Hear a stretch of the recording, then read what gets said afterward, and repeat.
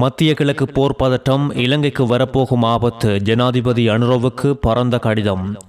போர் பதட்டத்தினால் நடுவானில் தடுமாறிய விமானம். இலங்கை பெண் இஸ்ரேலில் நடந்த தாக்குதலில் காயம், லெபனானில் தங்கியிருந்த 19 இலங்கையர்களும் மீட்பு. தகாத உறவால் தாதிக்கு காதலன் நடத்திய சம்பவம். மின் ஏரியாவில் சற்று முன் பேருந்து விபத்தில் 10 பேர் கடும் காயம். இக்கட்டான நேரத்தில் நாங்கள் ஈரான் மக்களுடன் நிற்கின்றோம் என்றார் நாமல் ராஜபக்ச. வரும் 5 நாட்களில் $82 உயர்ந்தது கச்சா எண்ணெயின் விலை, இன்னும் உயரலாம் என எச்சரிக்கை. இலங்கையில் எதிர்வரும் ஏப்ரல் 1 முதல் புதிய நடைமுறை, மக்களுக்கு எச்சரிக்கை. அசாதாரண சூழ்நிலை மத்திய கிழக்கில் நிலவி வருவதால் இலங்கை எதிர்கொள்ள வேண்டியுள்ள கடுமையான பொருளாதார மற்றும் சமூக பாதிப்புகள் குறித்து ஜனாதிபதி அனுரவுக்கு பேராசிரியர் GL பீரிஸ் அவசர கடிதம் ஒன்றை அனுப்பியுள்ளார். தனது நிலைப்பாட்டை உடனடியாக அரசாங்கம் தெளிவுபடுத்த வேண்டும் என வலியுறுத்தியுள்ள GL பீரிஸ் 4 பிரதான பாதிப்புகளை சுட்டிக்காட்டியுள்ளார். உலக சந்தையில் மசகு எண்ணெய் விலை அதிகரிப்பால் இலங்கையில் எரிபொருள் விலை உயரும் என்றும், இது ஏற்கனவே பொருளாதார ரீதியாக பாதிக்கப்பட்டுள்ள மக்களின் வாழ்க்கை செலவை இன்னும் அதிகரிக்கும் என்றும் தெரிவித்துள்ளார். மத்திய கிழக்கு நாடுகளுக்கான சந்தை வாய்ப்புகள் ராணுவ நடவடிக்கைகளால் பாதிக்கப்படும். இதன் காரணமாக இலங்கையின் தேயிலை ஏற்றுமதி வருமானம் பெருமளவில் குறையவும் வாய்ப்புள்ளது. வான்வழி பயண கட்டுப்பாடுகள் காரணமாக ஐரோப்பா, அமெரிக்கா மற்றும் வளைகுடா நாடுகளின் சுற்றுலா பயணிகள் தமது இலங்கைக்கான பயணங்களை இப்பொழுது ரத்து செய்கின்றனர். இது சுற்றுலாத்துறையை கடுமையாக பாதித்துள்ளது. வளைகுடா நாடுகளில் பணிபுரியும் இலங்கை தொழிலாளர்கள் அனுப்பும் பணம் தடைப்படும் சூழல் இப்பொழுது உருவாகியுள்ளதால் இது நாட்டின் அந்நிய செலாவணி கையிருப்பில் தாக்கத்தை உண்டாக்கும் என்றும் ஜனாதிபதிக்கு எழுதிய கடிதத்தில் குறிப்பிட்டுள்ளார். மத்திய கிழக்கு பிராந்தியத்தில் வாழும், வேலைகள் செய்யும் பல லட்சக்கணக்கான இலங்கையர்களின் பாதுகாப்பு குறித்து அந்தந்த நாடுகளுக்கான இலங்கை தூதரகங்கள் முக்கிய தகவல்களை சற்று முன் வெளியிட்டுள்ளது. இஸ்ரேல் லெபனானில் இருக்கும் ஹிஸ்புல்லா இலக்குகள் மீது நடத்தி வரும் பாரிய வான்வழி தாக்குதல்களை அடுத்து பெய்ரூட் உள்ளிட்ட பகுதிகளில் தங்கியிருந்த 19 இலங்கையர்கள் பாதுகாப்பான இடங்களுக்கு அழைத்து செல்லப்பட்டுள்ளதோடு, வடக்கு இஸ்ரேல் மீது நேற்று நடத்தப்பட்ட தாக்குதலினால் வீட்டு பணிப்பெண்ணாக அங்கு வேலை பார்க்கும் கடவத்தையை சேர்ந்த 43 வயதுடைய இலங்கை பெண்ணொருவர் காயமடைந்துள்ளதாக தெரிய வந்துள்ளது.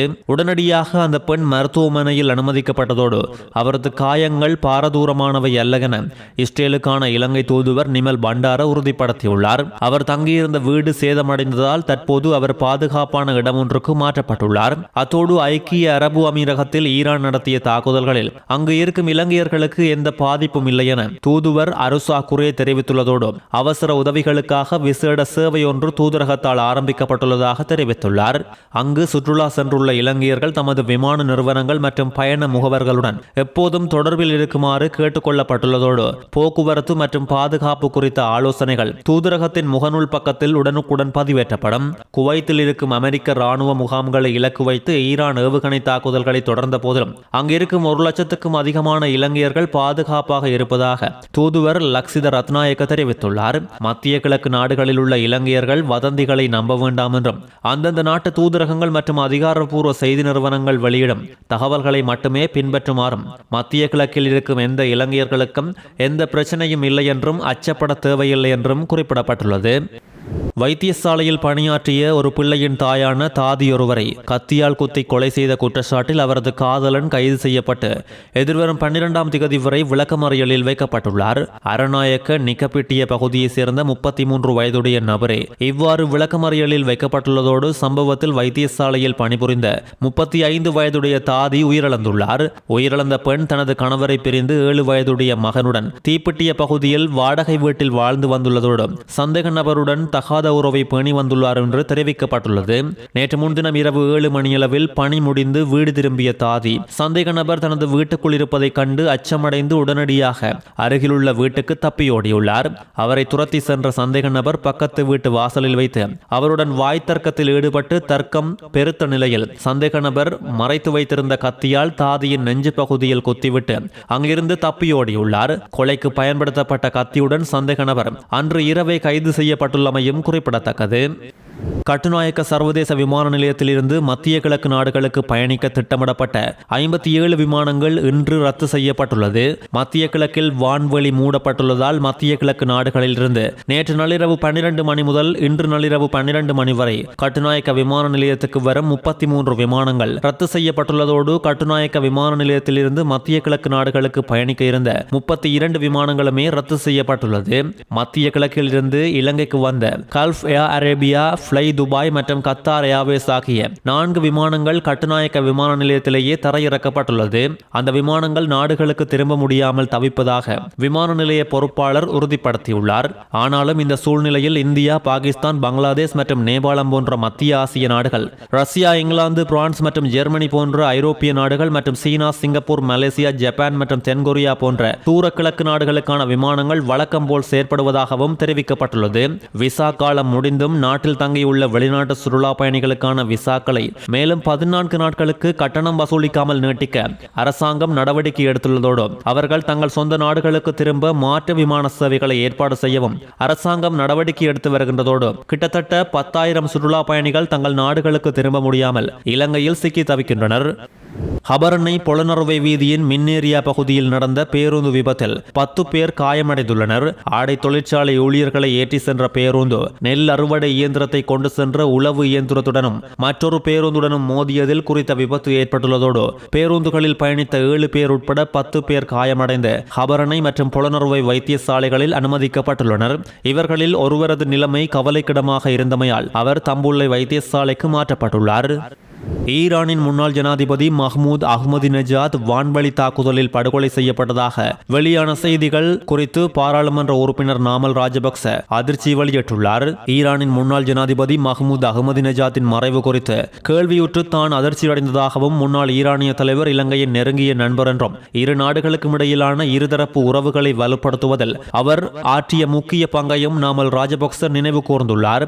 ஈரான் எப்போதும் இலங்கையின் உண்மையான நண்பனாக இருந்து வருவதாக குறிப்பிட்டுள்ள நாமல் ராஜபக்ச வான்வழி தாக்குதலில் கொல்லப்பட்டதாக கூறப்படும் அனைவரினதும் குடும்பத்துக்கும் தனது ஆழ்ந்த இரங்கலை தெரிவிக்கின்றேன் என்றும் குறிப்பிட்டுள்ளார். உலகின் மிக முக்கியமான கடல் வர்த்தக பாதைகளில் ஹோர்மூஸ் நீரிணை ஒன்று. உலகளாவிய எண்ணெய் மற்றும் எரிவாயு வர்த்தகத்தில் சுமார் 5 பங்கு இந்த நீரிணை வழியாகத்தான் செல்கின்றது. இந்த நிலையில் ஹோர்மூஸ் நீரிணையை கடந்து செல்ல முயற்சிப்பவர்களை தீ வைத்து கொளுத்தி விடுவோம் என ஈரான் எச்சரித்துள்ளது. குறித்த எச்சரிக்கை ஈரான் இஸ்லாமிய புரட்சிகர காவல் படை தலைமை தளபதியின் ஆலோசகர் எப்ராஹிம் ஜிப்பாரி அரசு தொலைக்காட்சியில் பேசிய போது வெளியிடப்பட்டதோடு ஹோர்மூஸ் நீரிணை இப்பொழுது மூடப்பட்டுள்ளதாக கூறிய அவர் கப்பல்களுக்கும் கடும் எச்சரிக்கையை விடுத்துள்ளார். அவர்கள் இந்த பகுதிக்கு வரவே கூடாது, அவர்கள் நிச்சயமாக எங்களிடமிருந்து கடுமையான பதிலை சந்திப்பார்கள் என்றும் அமெரிக்கர்கள் இந்த பகுதியின் எண்ணெய்க்காக கடுமையான தாகத்தை கொண்டவர்கள், ஈரான் இந்த பகுதியில் உள்ள அவர்களின் எண்ணெய் குழாய்களை தாக்கும், இந்த பகுதியில் இருந்து எண்ணெய் ஏற்றுமதி செய்ய அனுமதிக்காது என்றும் ஜிப்பாரி இதன்போது கூறியுள்ளார். இஸ்ரேல் மற்றும் அமெரிக்காவின் தொடர்ச்சியான தாக்குதல்களுக்கு பதிலளிக்கும் வகையில் மத்திய கிழக்கு முழுவதும் ஈரான் தொடர்ந்து தாக்குதல்களை நடத்தி வருவதால் எண்ணெய் மற்றும் எரிவாயு விலைகள் இப்பொழுது உயர்ந்துள்ளது. உலகின் மிகப்பெரிய ஏற்றுமதியாளர்களில் ஒன்றான கட்டார் எனர்ஜி அதன் மீதான இராணுவ தாக்குதல்களை அடுத்து உற்பத்தியை நிறுத்தியதை தொடர்ந்து இயற்கை எரிவாயு விலைகள் இப்பொழுது உயர்ந்துள்ளது. ஹார்முஸ் ஜலசந்தி அருகே வார இறுதியில் குறைந்தது 3 கப்பல்கள் தாக்கப்பட்டது என்றும் உலகளாவிய அளவுகோலான பிரண்டா கச்சா எண்ணெய் பீப்பாயின் விலை $82 எட்டியதால் எண்ணெய் விலைகளும் உயர்ந்துள்ளது.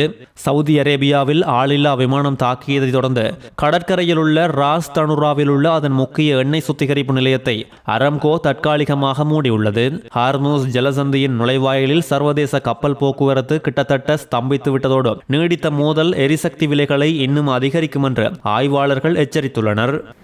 எதிர்வரும் ஏப்ரல் 1 முதல் இலங்கையில் கட்டாயமாக்கப்படும் TIN சான்றிதழ் தொடர்பான புதிய நடைமுறை குறித்து தகவல் வெளியாகியுள்ளது. வரி செலுத்துவோர் TIN சான்றிதழை முக்கியமாக பல நிதி மற்றும் பொது சேவைகளை பெற்றுக்கொள்வதற்கு சமர்ப்பிப்பது கட்டாயமாக்கப்பட்டுள்ளதோடு 2026 ஆண்டின் உள்நாட்டு இறைவரி சட்டத்தின் கீழ் இந்த புதிய நடைமுறை கொண்டுவரப்பட உள்ளது. புதிய சட்டத்தின்படி நிதி நிறுவனங்களில் ஏதேனும் ஒரு வங்கிக் கணக்கை ஆரம்பித்தல், கடன் அட்டைகளை பெற்றுக்கொள்ளுதல், காணிகளை பதிவு செய்தல் அல்லது காணி உரிமையை பெற்றுக்கொள்ளுதல் மோட்டார் வாகனங்களை பதிவு செய்தல், மோட்டார் வாகன வருமான வரி அனுமதி பத்திரத்தை புதுப்பித்தல், புதிய வணிகங்களை பதிவு செய்தல், இலங்கையில் பதிவு செய்யப்பட்ட நிறுவனங்களின் பங்குகளை கைமாற்றுதல் போன்ற பல சேவைகளை பெற்றுக்கொள்ளும் போது செல்லுபடியாகும் TIN சான்றிதழை சம்பந்தப்பட்ட அதிகாரிகளிடம் சமர்ப்பிக்க வேண்டியது அவசியம் என்றும் குறிப்பிடப்பட்டுள்ளதோடு வங்கி மேலாளர்கள், பதிவாளர்கள், மாகாண அல்லது பிரதேச செயலாளர்கள் உள்ளிட்ட குறிப்பிட்ட அதிகாரிகள் வர்த்தமானி அறிவித்தலின்படி தத்தமது சேவைகளை வழங்குவதற்கு முன்னர் விண்ணப்பதாரரின் TIN சான்றிதழை சரிபார்க்க வேண்டியது கட்டாயமாகும் என்றும் தெரிவிக்கப்பட்டுள்ளது.